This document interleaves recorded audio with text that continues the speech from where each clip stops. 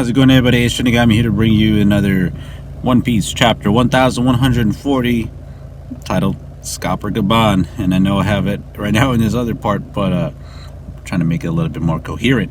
In the cover page, we see the Topiropo. I already forgot her fucking name, but the one that Nami and Usopp fought, right? She's basically being strung up on the wheel and, you know, getting shit thrown at her by Who's Who.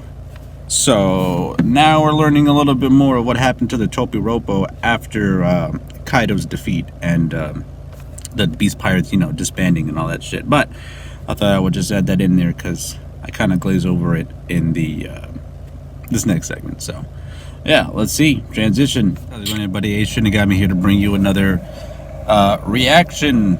the review for chapter 1140, Scopper Gaban. Here we're seeing, one of the numbers being interrogated. But the main thing we got going on here, why should I steal the key from you, old man? Just give it to me. What are you doing, Yashi? Aren't you going to steal it? Old man, Luffy.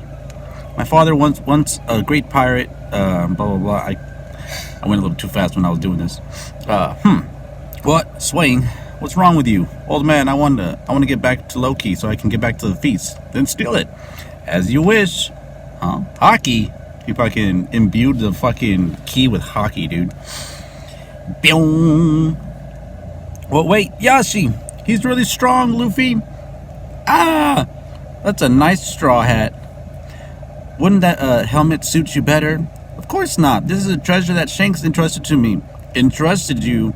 Didn't he just give it to you? What a stingy man. That's not what I meant, you idiot. Don't call him stingy out of nowhere. Hey, old, you sure talk a lot, Chatterbox. I mean, he's not wrong on that front, that's for sure.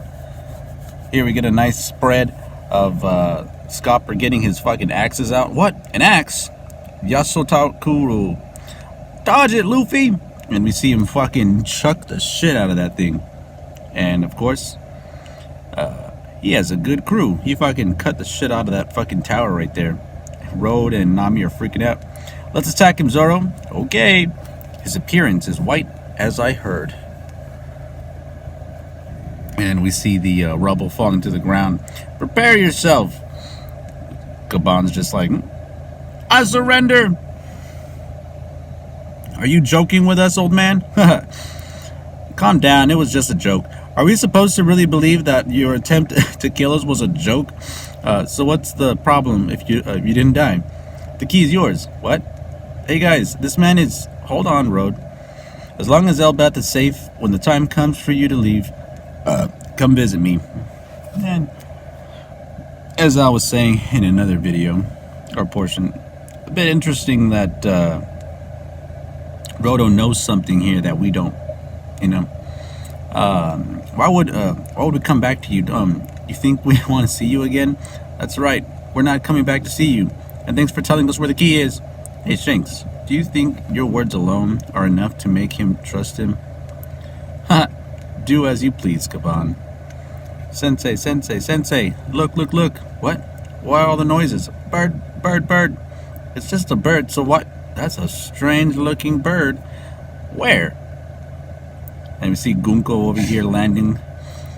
They have schools too? That makes things easier for us. I'll summon them.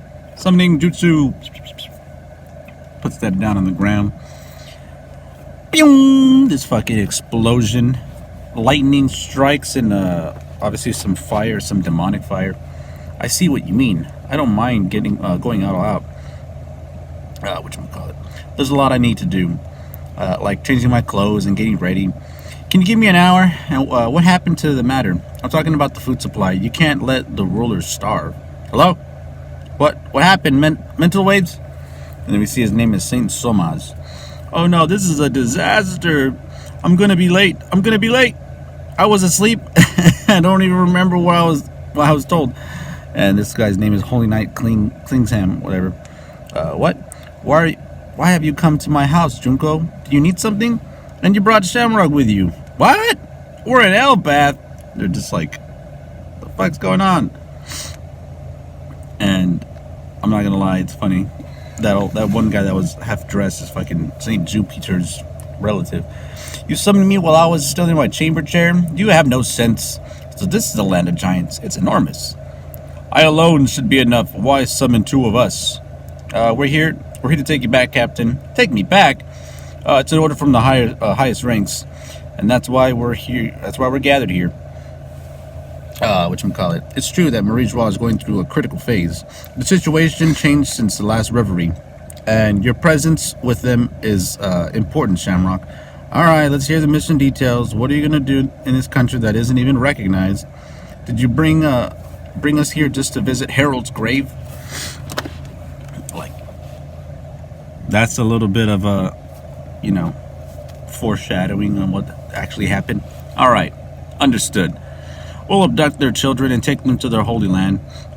Only those who bear the mark are granted passage through the abyss. We'll have to carry them on ship. That guy. If it's with your abilities, let's turn it into a game. And that's pretty much where we live off. We'll cut off to the next segment. There, you get to look at my beautiful face a little more. The thing that's crazy about it is that when you start to think and really get all the information that we have up until this point, Rode knows something about Gabon. He was about to spill the beans, but Gabon was like, just hold off on that, Rode. Later. And Gabon even says that, as long as Elbaf is safe and, all this other stuff, he won't, basically come back out. But as we saw, the kids are about to get fucking abducted. So, and with Colin, right, Gabon's son, he really does make it apparent that he loves his kid and all that shit. So I could see that being a cause for why Gabon would basically come back into action, right? And the story will only unfold even further with all the shit going on with King Harold's death, how it actually played out, that Loki's probably definitely innocent, whatchamacallit. Shanks may have, I definitely think Shanks did lock up Loki, but Shanks may not have known the full story, right? And Loki seemingly being this powerhouse, kind of looked down upon by most of Elbaf. Shanks would side with the other giants, and if he was told a lie by Ja Rule, maybe he'd be more inclined to listen to the Elder, because why would the Elder lie, right? We're meant to believe that the giants are these beings that are so honorable, they don't lie, they're not gonna fall to these petty games, but clearly some of them are deceptive. For one, Rode is one of those types of people where he's been stealing people. His fucking crow has been getting stripped and being like, all right, come here, here's my little playhouse. And sorry about that. Yeah, you got Rode over here fucking taking people against their will, and obviously taking CP9 or CP0, whatever, Cypher Pull basically. What else was done? Fucking Ja Rule is already one of those that looks like he's guilty, seemingly, because the sword that is embedded in his fucking head seems to match the one that we've seen in King Harold's portrait. So all things are kind of pointing towards, well, I don't think this man was telling the truth, and would have a lot to gain by covering it up, especially not agreeing with the ideology of King Harold being wanting to be more of a pacifist, because Ja Rule would probably be like, well, you know what, we need to have the strength, the power to make those outside enemies fear us. Otherwise, they're just gonna see us and be like, well, they're obviously pretty weak. We can take over the country now. And what better way to prove a fucking point than by literally having some bad shit go on, right? If you have the Holy Knights attack and Loki is restrained, and all the other real like battle-hardened warriors of Elbaf don't really know how to fight, or they're very few in far and few between, yeah, it would make sense for why